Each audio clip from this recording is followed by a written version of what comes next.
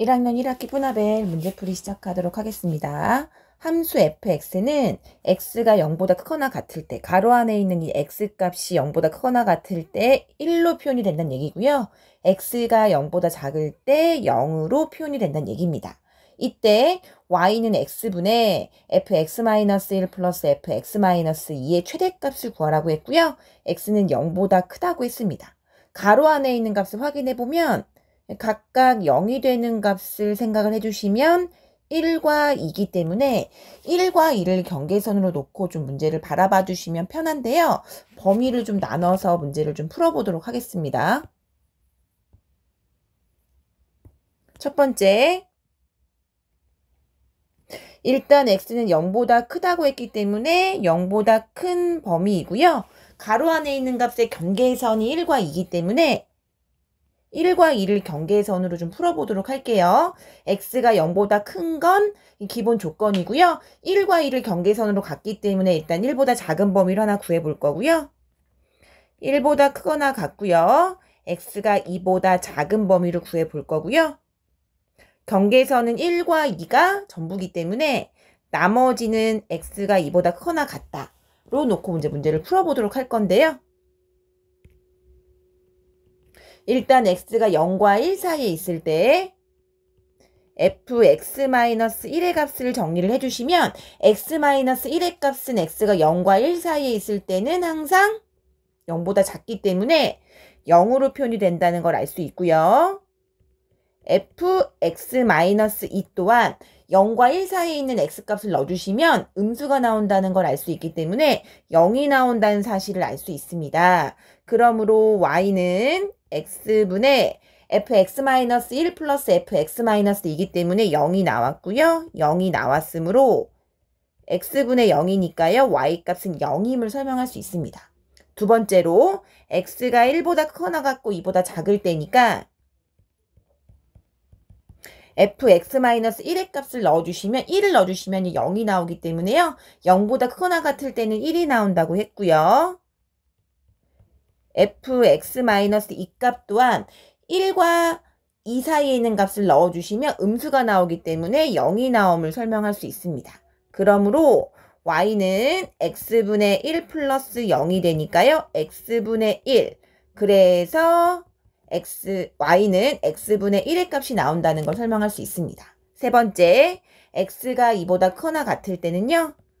fx-1은요. 2보다 큰 값을 넣어주시면 가로 안에 있는 값이 0보다 크거나 같은 값이 나오기 때문에 1이 나옴을 설명할 수 있고요.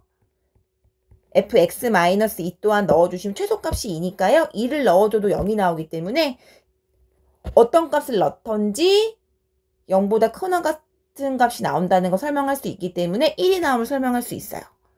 y는 x분의 1 플러스 1. x분의 2이기 때문에요. y는 x분의 2가 나옴을 설명할 수 있습니다. 제가 그래프를 좀 미리 그려놨는데요. 범위에 맞춰서 그래프를 좀 그려보도록 하겠습니다. 일단 0보다 크다고 했고요. x값이 1보다 작을 때 y값이 얼마가 나온다고 했냐면 0이 나온다고 했으니까요. 그래프는 모든 y값이 0임을 설명할 수 있겠죠. 이런 그래프가 나오고요. 두 번째, 1보다 크거나 같고요. 2보다 작은 범위인데 이때 y는 x분의 1인 반비례 그래프가 나온다고 했습니다. 일단 x에 1을 넣어주시면요. y값은 1이 나오니까요. 1,1을 지남을 설명할 수 있겠고요. 그 다음에 2까지니까요. 2를 넣어주시면 y는 2분의 1이 나오는데 이때 2는 포함이 되지 않죠. 포함이 되지 않기 때문에 y값이 2분의 1일 때 포함되지 않는 하얀색 동그라미를 그려주시면 되고요. 반비례 형태의 그래프니까 1,1에서 2,2분의 1까지 곡선의 형태로 그려주시면 됩니다. 세 번째로 x가 2보다 크거나 같을 때는요. y는 x분의 2의 그래프가 나오고요. x가 2가 나올 때 y는 2분의 2이기 때문에 1이 나옴을 설명할 수 있네요. 일단 2는 포함이니까요. 2,1을 지나는 형태의 그래프예요.